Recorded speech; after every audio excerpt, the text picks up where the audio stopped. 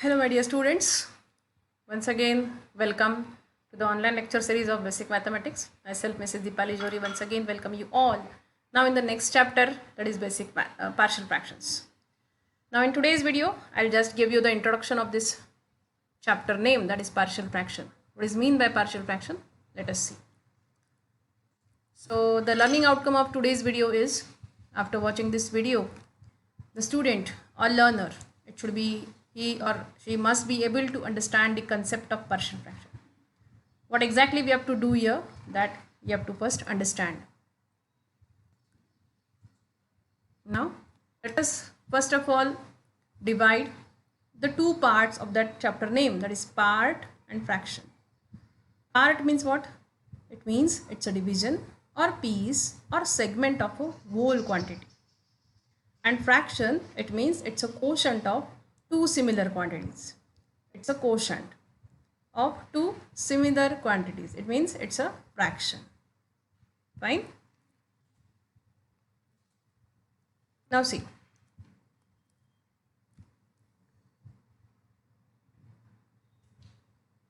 These are the actually pieces of melted candle.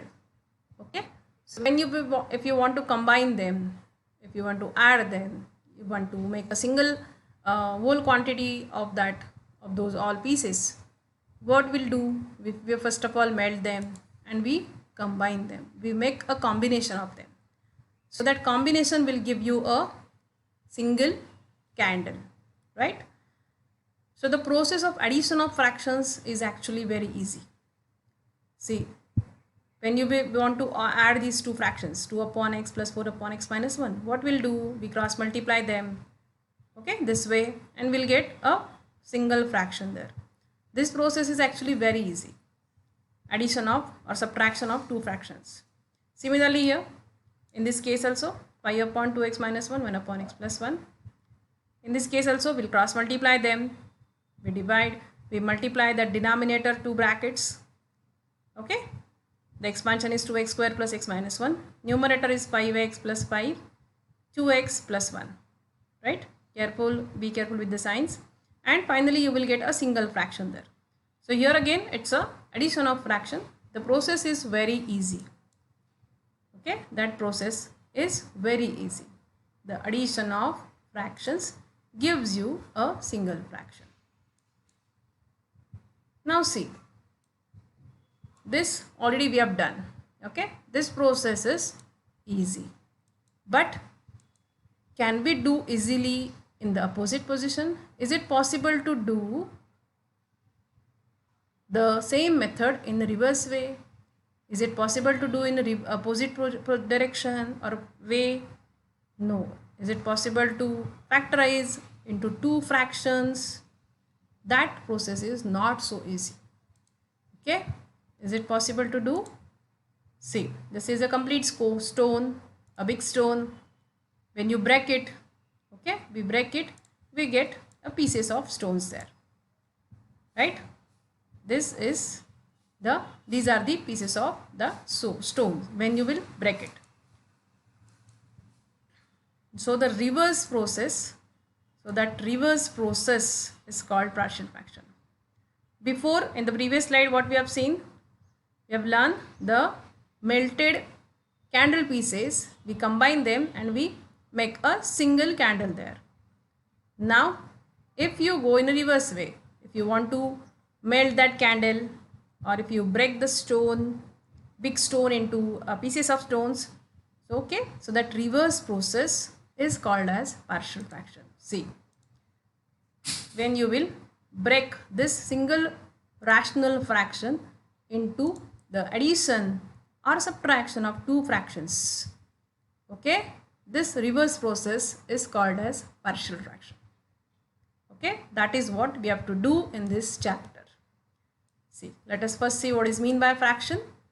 Fraction, if px and qx are polynomials in only one variable x, then that fraction px upon qx is called a polynomial fraction, or it is also called as rational fraction. Okay, it should be a quotient of two polynomials in single variable x. Then it is called as rational fraction. right? For example, see, these are the examples of rational fractions. Both your numerator and denominators are polynomials in x. Are polynomials in x. Polynomials in x. Polynomial means what? A term with more than one. Okay. Your expression with more than one term is called polynomial. Now, see, this is a simple example. Everybody can easily understand. Now, I am going to explain you the types of fractions. There are two different types of fractions. One is proper fraction and another one is improper fraction. See, in all these figures, you all can observe the first figure. See, in the first figure, the face and the body, they are in proper shape.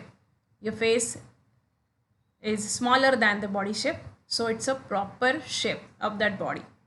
Whereas in second and third figure, see, the face and your body figure is same. Is it possible? No. The face is bigger than the body. Is it possible? No. So these are both the examples of improper shape or improper type, and this one is a proper type. Okay, so there are two types of fractions again in mathematics, in partial fractions, proper and improper. Let me first explain you the first type, that is proper fraction. Very simple it is. A proper fraction means a rational fraction in which degree of numerator is less than degree of denominator. Okay, so that fraction is called as proper fraction. Numerator degree is less than denominator degree. Let's see a few examples here. What is mean by first of all degree? Degree means the highest power of x in that polynomial. See, it's a rational fraction in which both px and qx are polynomials in x. Degree of numerator is 1. How it is 1? Because there is only one term in x. This one. Okay. Its power is 1. So the degree of whole numerator is 1. Whereas in denominator there are two terms containing x. So the highest power of x is 2. Hence the degree of the denominator is 2. The highest power of x. So the numerator degree is less than denominator degree. Hence it's a proper fraction. Next example, x square minus 3 upon the multiplication of two brackets now there in denominator. So the degree of numerator is 2. The highest power of x is 2.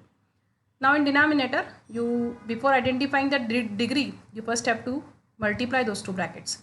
Okay, orally you can multiply. What is that multiplication? Highest power will be x cube. 1 plus 2. Indices get added. So the highest power becomes x cube, that is 3. So 2 less than 3 means it's a proper fraction once again.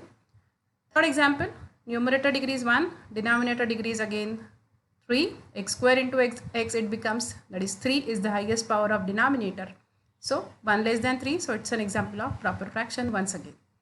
Fourth example, see the numerator degree is 2, denominator degree is x square into x, it becomes again 3, x cube it becomes, so 2 less than 3, that is it's a proper fraction example once again. Let's now see the second type of fraction, that is improper fraction. A rational fraction in which degree of numerator which is greater than or equal to degree of denominator. The fraction is called as improper fraction.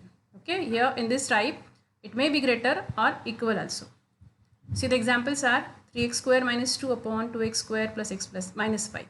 Here numerator degree is 2, again denominator degree is 2. So the degrees are same, so it's an example of improper fraction. Next, what is the numerator degree? It is 3. Denominator degree is 2. 3 greater than 2, so it's an improper fraction. Numerator degree is greater than that of denominator. It's again an improper fraction. Next, numerator degree is 4, denominator degree is x cube, it becomes, right? So the denominator degree is 3, 4 greater than 3, so it's an improper fraction once again. 3 greater than 1, so again an improper fraction example. So all these examples are for improper fractions, greater than or it may equal. Now before going further, before finding actual partial fractions, you have to follow the following steps. The first step is you just have to observe the given fraction first of all and decide whether it is proper or improper. You first have to decide whether it is proper or improper. For both the types, your solution of finding partial fraction is different. So if your fraction is improper, if you found that given fraction is improper fraction, then you have to first convert it into proper fraction. But this conversion, this method of improper fraction, we will discuss afterwards in the next video.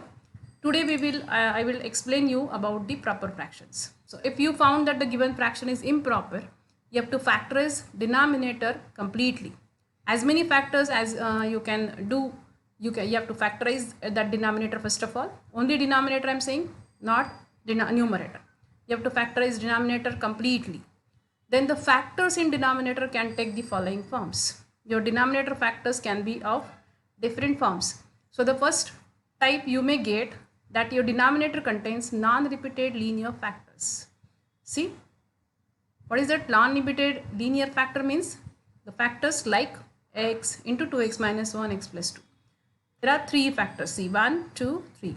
This is one factor, second factor, third factor. All they are non-repeated. X is not repeated. 2x minus 1, is it repeated? No. It comes only once. It comes only once. So they all are non-repeated. Okay, and they are linear. How they are linear? Because in every factor, the degree of x is 1. X degree is 1, x degree is 1, x degree is 1. Or it may have two factors, 3x minus 2 into x plus 1. Degree of x is 1, x is 1. Again, they are non-repeated. It comes only once. It comes only once. Fine. So this type of factor you may get after factorizing your denominator.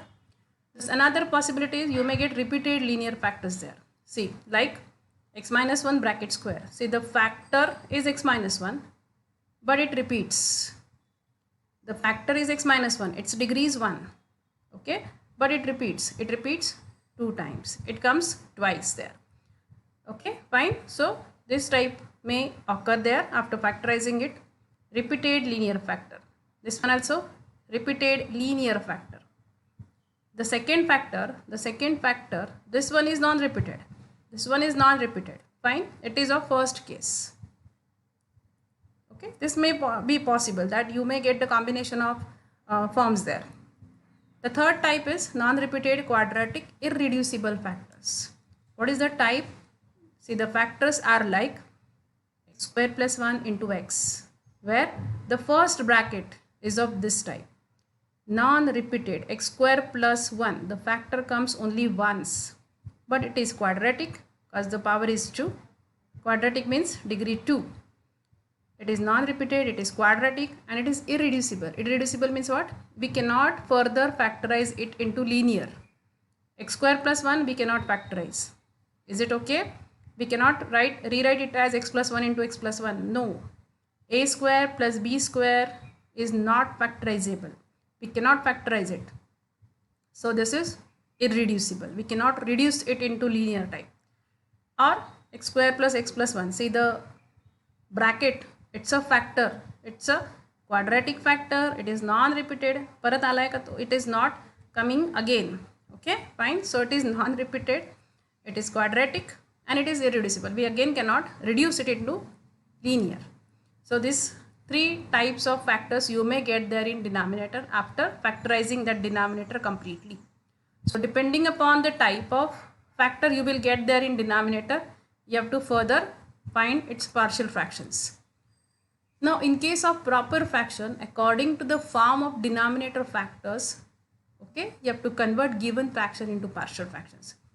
Okay, fine. In any one of those three forms, three cases, you will get there, and according to that you have to further find its partial fractions.